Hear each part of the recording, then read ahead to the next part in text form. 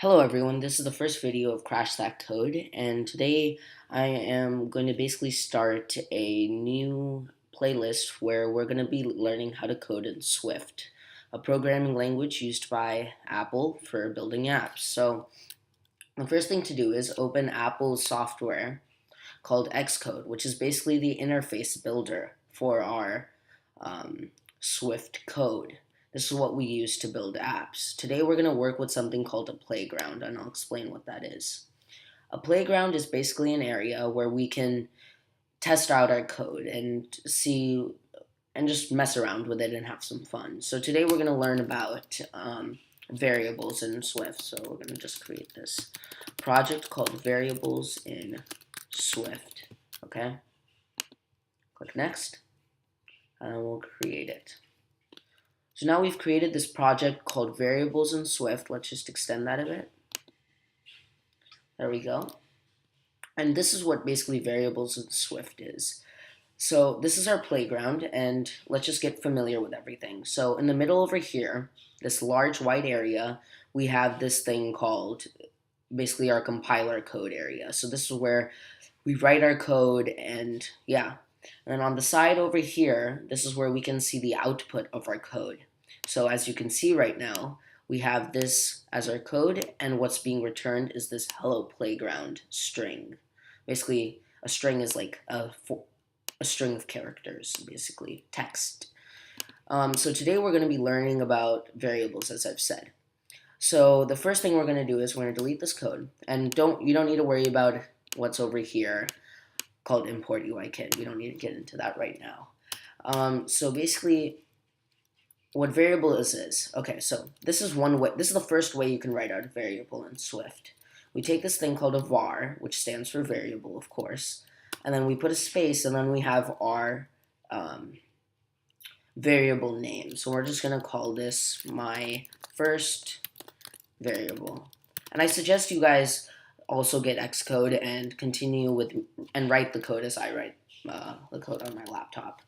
So the next thing we're going to do is we're going to define what type of variable we want. And we can ignore this error for now. We're just going to define what type of variable we want. And there's a couple types. There's integers, which are for numbers, and then there's strings, which are for basically characters, like that hello playground, so like text. So for now, we're going to start with a string, right?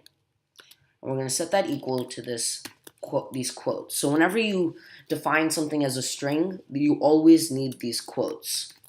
So within the string, we're going to say, this is my first variable in Swift, exclamation mark.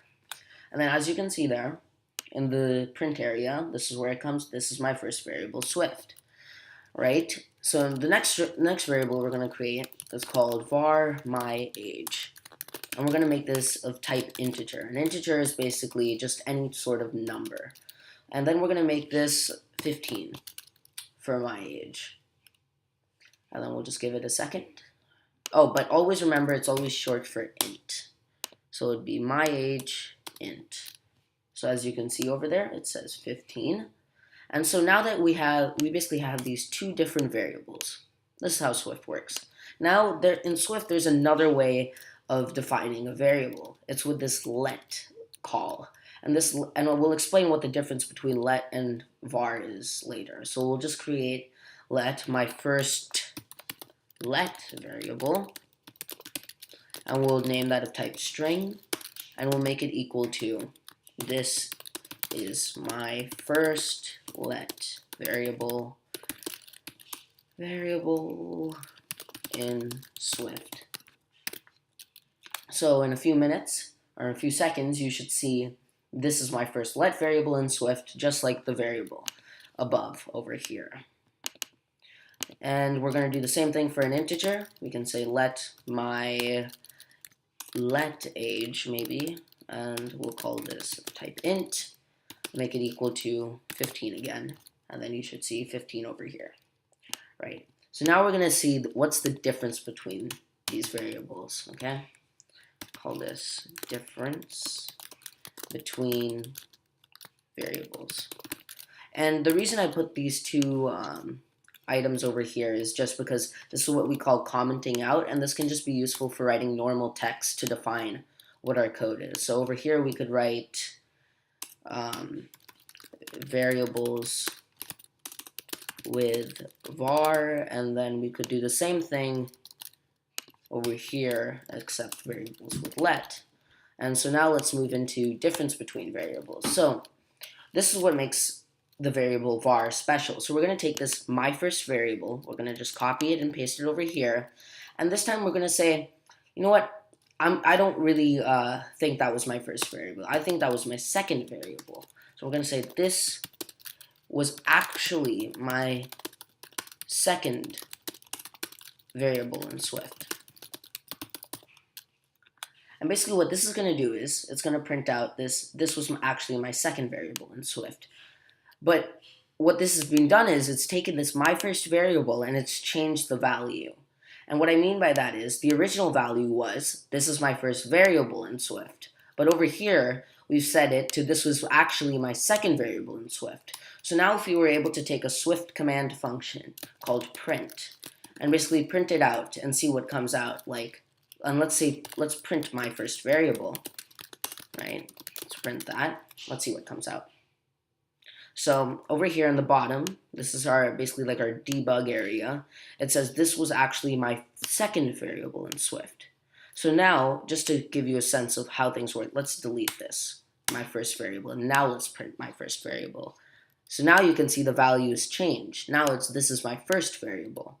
So basically, what this function var, or this static function var, basically allows you to do is, it allows you to set a value for this variable, but then continuously change it throughout your code, however you desire. But let's say we were able to try what var does with a let variable. So let's take my let age, that variable, and let's print it over here. And now let's try to make it equal 17 because we want to change the value. Okay, so over here you can see this didn't work. Our code did not like that.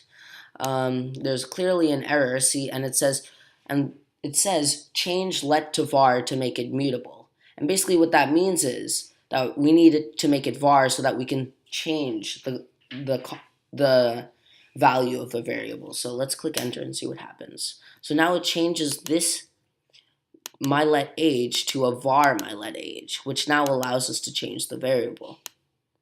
So that basically covers the difference between variables. And basically, and just to summarize, let is a permanent storage for a variable, while var is something that can continually be changed. So now let's see what we can do with these variables. So now we can also do, let's take var a fun addition number. We're just going to learn how to add, subtract, and divide things with Swift. So var a fun addition number, we're going to make this of type int. We're going to equal this to 14 plus 76 and see what that gets out. So what Swift has done for us, it added both the numbers together and gave us a return type of 19, as you can see there. Now we can do the same things. We can do var division